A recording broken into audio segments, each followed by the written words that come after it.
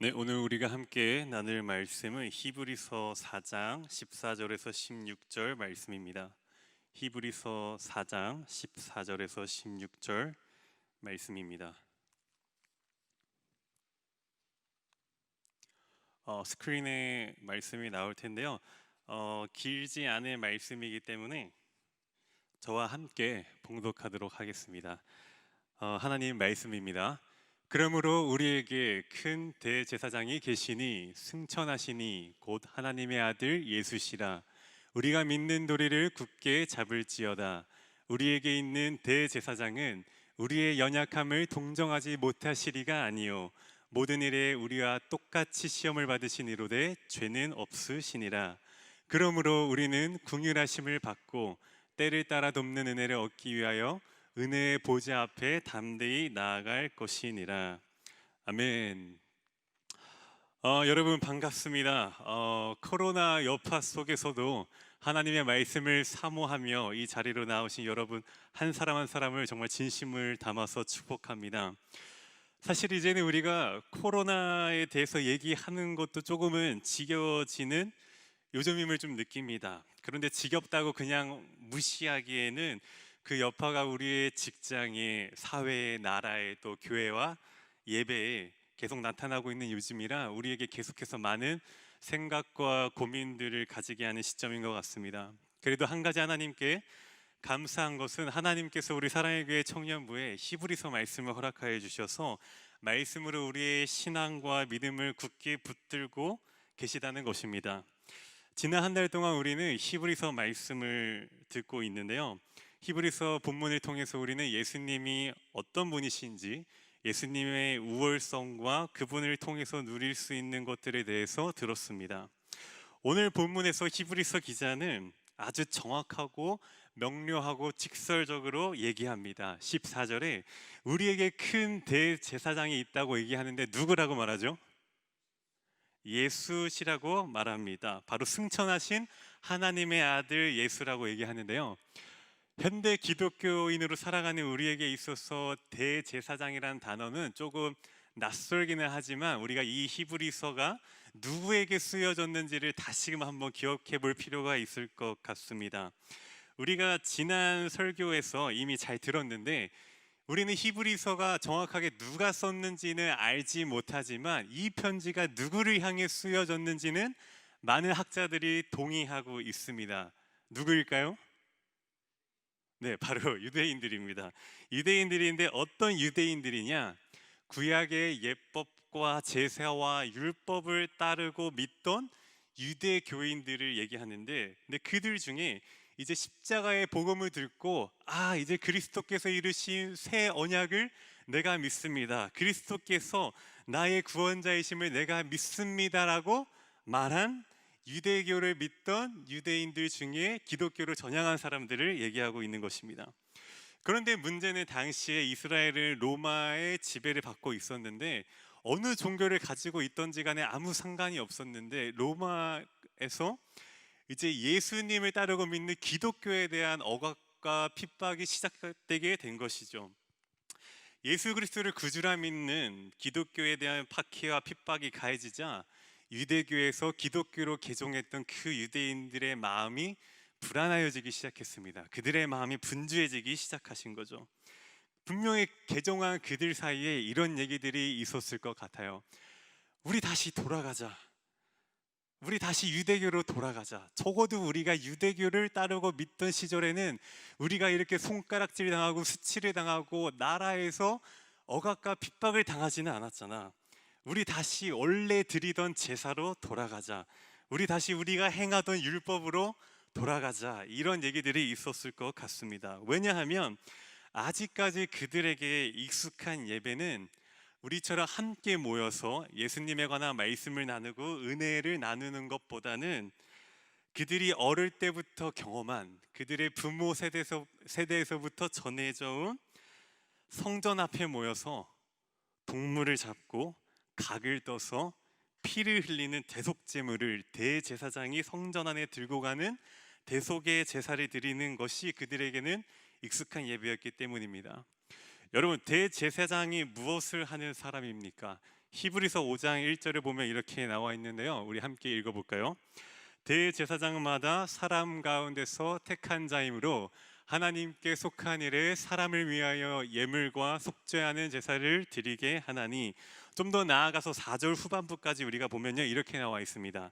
아론과 같이 하나님의 부르심을 받은 자라야 할 것이니라. 아론은 최초의 대제사장으로 부름을 받은 사람인데, 그것은 여러분들 지금은 잘 몰라도 됩니다. 여기서 중요한 것은 대제사장이 어떤 사람이냐를 우리가 알아야 하는 것인데, 대제사장은 하나님께 부름받은 특정한 사람으로 예물과 속죄의 제사를 드리는 사람이란 것입니다. 여기까지는 충분히 따라오실 수 있으시겠죠? 그러면 좀 고개를 좀 끄덕끄덕 해주시고요. 네, 좋습니다. 저는 늘 얘기하는 제자훈련의 시작은 리액션입니다. 여러분 고맙습니다. 웃어주신 분들 감사합니다. 우리가 성전에 제사를 드리는데, 그러면 제사를 드리는 성소는 어디일까요? 안아주심의 본당 같은 예배일까요? 아니면 그 당시에 예루살렘에 있던 성전이었을까요? 다 아니죠. 하나님이 계신 곳입니다. 하나님의 임재가 나타나는 곳인데, 성전 앞에 있던 휘장을 지나 들어가면 안에는 하나님의 임재를 나타내는 장소와 하나님을 나타내는 물건이 있습니다. 하나님의 임재를 나타내는 장소는 무엇일까요? 지성소이고요. 지성소 안에 있는 옆에 있는 분이 그거를 네가 알아? 이렇게 쳐다보셨는데, 하나님의 임재를 나타내는 장소는 지성소고, 지성소 안에 하나님을 나타내는 물건은 무엇일까요? 언약궤. 네, 맞습니다. 언약궤인데요. 근데 거기는 아무나 넘어갈 수 없는 곳이었어요. 오직 1년에 한 번, 대속제를 드리는 날 오직 한 번 그곳을 넘어갈 수 있었고, 근데 그것도 오직 하나님께 부르심을 받은, 하나님께 택함을 받은 대제사장 한 사람만 그 안으로 들어갈 수 있었어요. 히브리서 기자가 편지하고 있는 기독교로 개종한 유대인들은 이런 예배가 그리웠습니다. 성전의 휘장을 지나서 지성소로 홀로 들어가는 그 대제사장의 뒷모습을 보던 그 광경, 피 흘리던 대속 제물이 대제사장 손에 들려서 성소 안으로 들어가는 그 뒷모습을 볼 때 비로소 우리가 진정한 제사를 드렸구나, 우리가 진정한 예배를 드렸구나, 이제 나의 죄가 씻겨지겠구나, 내가 다시 하나님의 택한 백성임을 확인할 수 있게 되었구나, 그런 안도감을 느끼던 그 순간이 그들은 그리웠고 필요했었을 것입니다. 예수께서 십자가에서 달리시고 부활하사 이루시고 보이신 새 언약에 대해서 듣고, 그리고 그것을 믿는다고 고백했음에도 불구하고 핍박과 억압으로 인해 신앙의 고난과 시련으로 인해 옛날의 제사로 돌아가고 싶어하는 이들을 볼 때면 우리는 누가 생각납니까? 한 2주 전쯤에 우리가 보았었는데, 바로 히브리서 3장에 나왔던 그 광야 생활을 하던 이스라엘 백성들이 우리는 생각이 납니다. 기껏 출애굽 시켜줬더니 광야에서 이렇게 우리를 고생시킬 거면 우리를 왜 굳이 여기까지 이끌었냐, 홍해를 갈라지는 것을 이미 기적했고, 그 허허벌판 광야에서 하나님이 주시는 만나와 메추라기를 먹었음에도 불구하고 그들 앞에 보이는 막막한 그 광야의 생활 앞에서 그들은 이럴 거면 우리 다시 돌아가서 노예 생활을 하고 싶다고 얘기했었습니다. 그런 백성들이 우리는 생각이 나는데요, 히브리서 편지를 받는 유대인들도 이제는 눈에 보이지 않는 그리스도께서 십자가에서 이루신 구원의 역사, 영혼을 살리는 깊은 소식, 이 복음보다도 다시 눈에 보이는 옛날의 제사로 돌아가고 싶은 마음이 자꾸 드는 겁니다. 계속해서 그런 생각이 그들 안에 생기는 겁니다. 그런데 이 구약의 율법에 따른 제사의 문제점을 우리는 알아야 합니다. 바로 구약의 제사는 속죄는 있으나 온전함을 이룰 수 없다는 것입니다. 히브리서 5장 2절 3절을 보면요, 화면에 나올 텐데 우리 함께 읽어볼까요? 그가 무식하고 미혹된 자를 능히 용납할 수 있는 것은 자기도 연약에 휩싸여 있음이라. 3절이요. 그러므로 백성을 위하여 속죄제를 드림과 같이 또한 자신을 위하여도 드리는 것이 마땅하니라.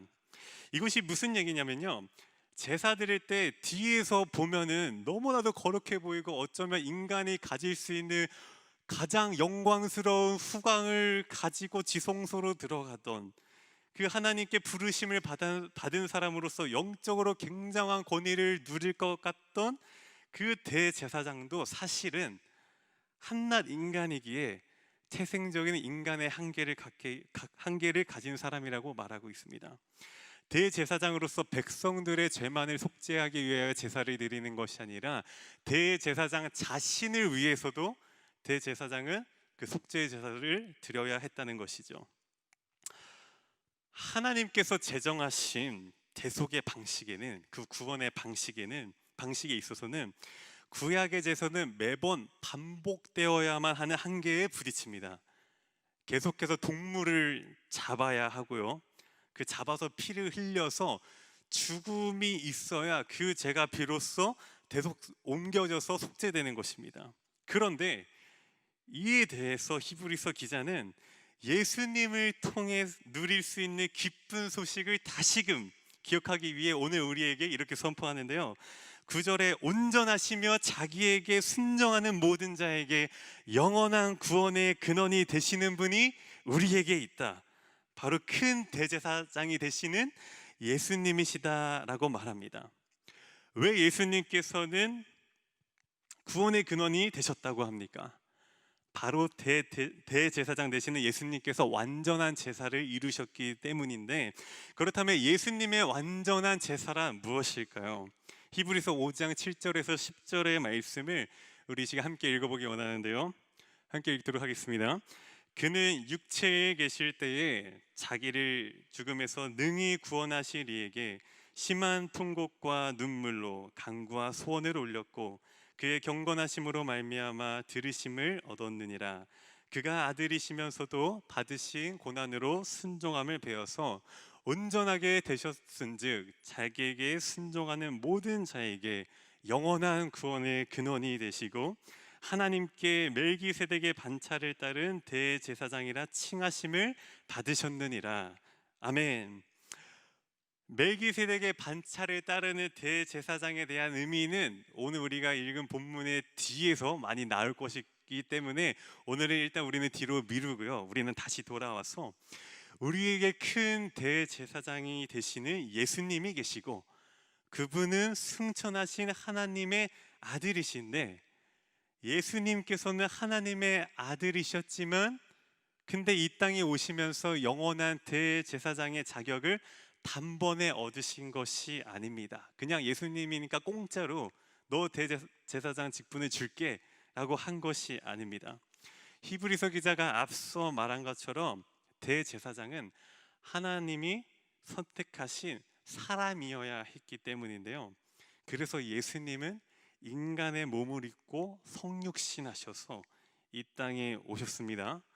또한 동시에 신성을 가지신 그분은 사실 고난을 받으실 필요도 이유도 없으시고 이미 온전하신 죄 없으신 분이십니다. 그런데 인간의 육체에서 겪는 끝없는 인내와 고난 속에서 하나님 앞에 완전한 순종을 이루심으로 예수님의 대제사장이라는 칭호를 얻으셨습니다. 아멘. 아멘.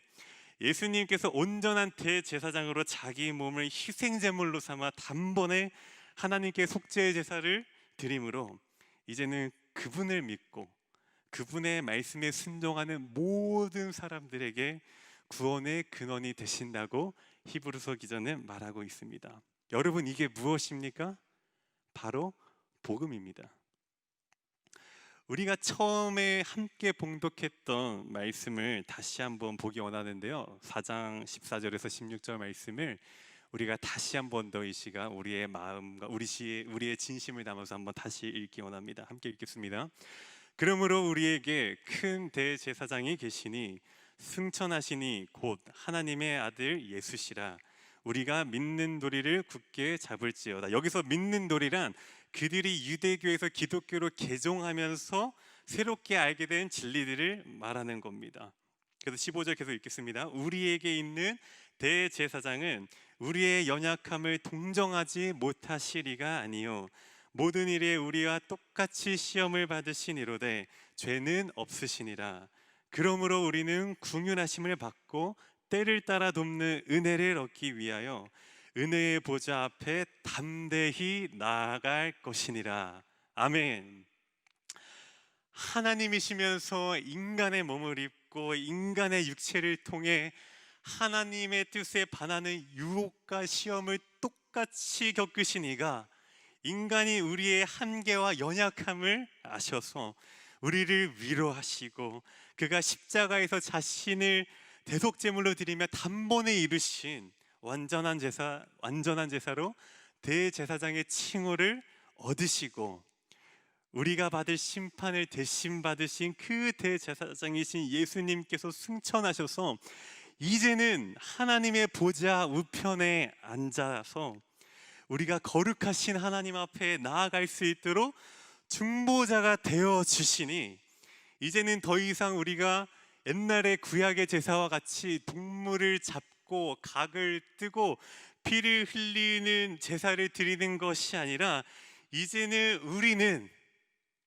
찬양의 제사 드리며 성소로 들어갑니다. 찬양의 제사 드리며 성소로 들어갑니다. 우리 주님께 우리 모두 주님께 기쁨의 제사를 드리네. 우리 모두 주님께 기쁨의 제사 드리네.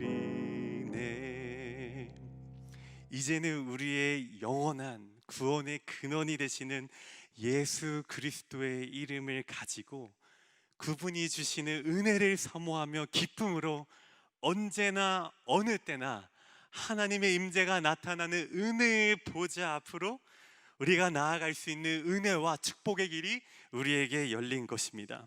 엄격히 말해서 구약의 때에는 아무리 하나님으로부터 축복과 특권을 받은 이스라엘 백성이라 할지라도 아무 때나 자유롭게 하나님 앞으로 나아갈 수는 없었습니다. 그런데 이제는 예수님께서 하나님께로 나아가는 새 길이 되어 주셔서 우리는 날마다 은혜의 보좌 앞으로 나아갈 수 있는 특권을 누리게 된 것입니다. 은혜의 보좌 앞으로 담대히 나아가라고 말하는 히브리서 기자의 의도는 어떤 막연하게 믿음으로 일단 머리부터 들이밀고 그냥 살으라는 말이 아니라 이제는 우리가 하나님의 자녀여 하나님의 시민권을 가진 그리스도인으로서 주저하지 말고 당당하게 하나님 앞에 우리의 아랠 곳을 간구하며 나아가라는 이야기입니다. 반복되는 코로나의 일상에 우리는 많은 피곤과 지침을 느낍니다. 회사에는 교회 가는 것이 눈치 보이는 순간들이 너무나도 많고 어떤 시험이나 공부를 준비하시는 분들은 이런 환경 속에서 공부한다는 것이 사실 너무나도 어렵고 또 이런 막막한 상황에서 삶의 큰 벽에 부딪혀서 좌절하고 낭망하고 있는 우리 청년들이 있을지도 모르겠습니다.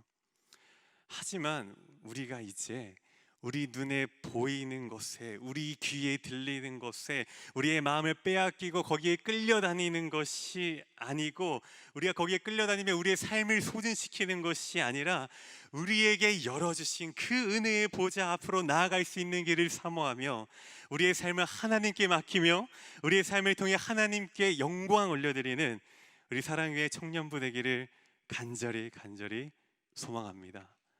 우리 이 시간 함께 찬양하기 원합니다.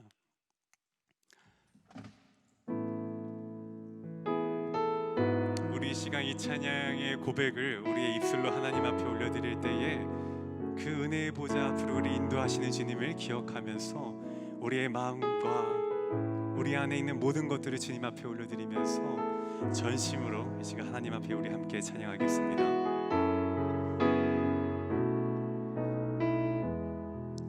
보좌로 나아갈 때 주의 보좌로 나아갈 때에 어떻게 나가야 할까?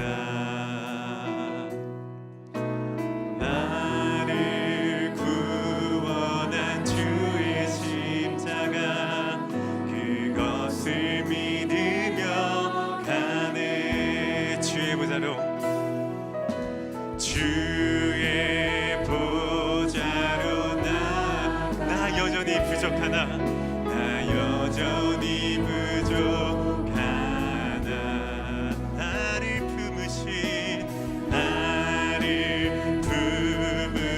주의 그것을 믿으며 나갑니다. 그것을 믿으며 가는 자격 없는 내 힘이 아닌 오직 예수님의 보혈로 자격 없는 내 힘이 아닌 자격 없는 내 힘이 아닌 오직 예수님의 보혈로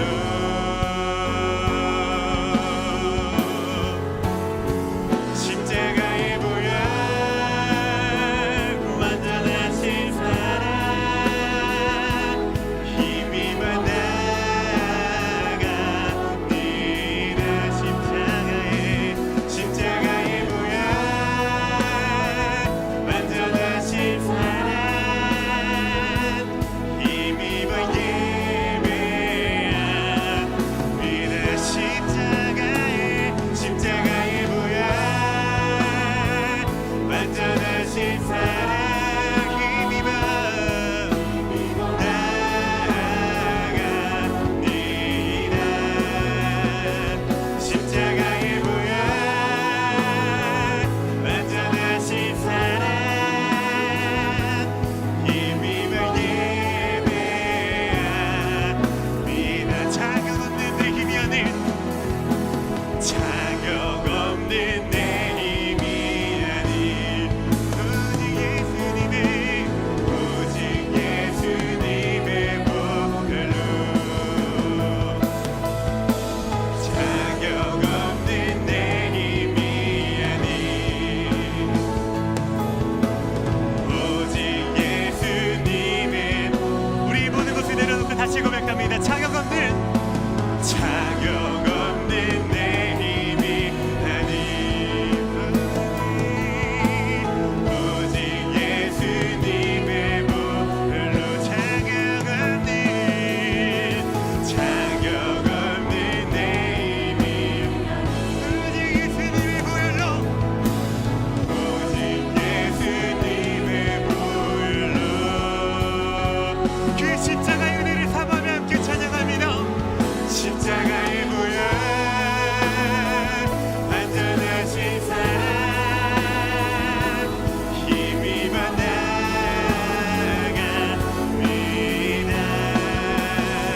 십자가의 보혈 완전하신 사랑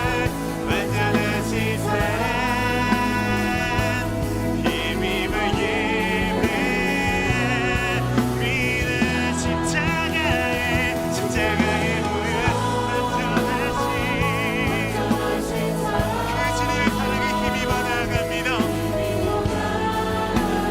그 주님의 사랑에 힘입어 나갑니다.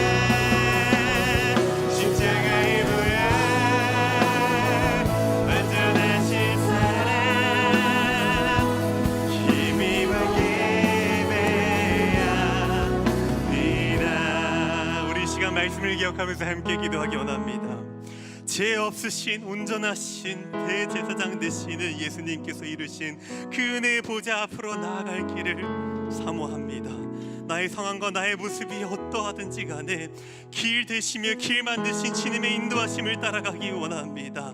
나의 삶의 주님의 은혜 아래 거하기를 간절히 원합니다. 주님이 시간 나를 긍휼히 여기시고 내 삶을 붙드시고 내가 주님 안에 주님이 내 안에 거하시는 그 연합의 은혜를 누릴 수 있도록 주님이 시간 은혜를 베풀어 주옵소서. 주님이 시간 나를 긍휼히 여겨 주옵소서. 우리 간절한 기도의 제목들 가지고 저를 따라 외치며 함께 기도하시겠습니다. 주여 은혜를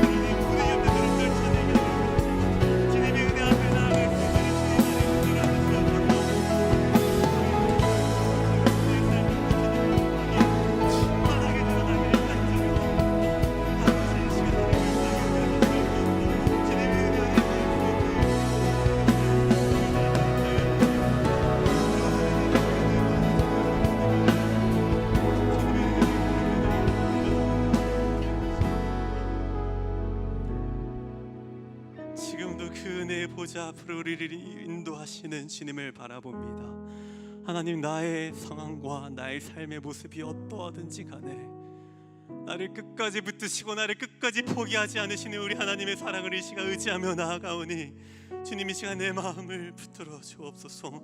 그 은혜의 보좌 앞으로 나아갈 수 있는 담대함을 내 안에 허락하여 주옵소서.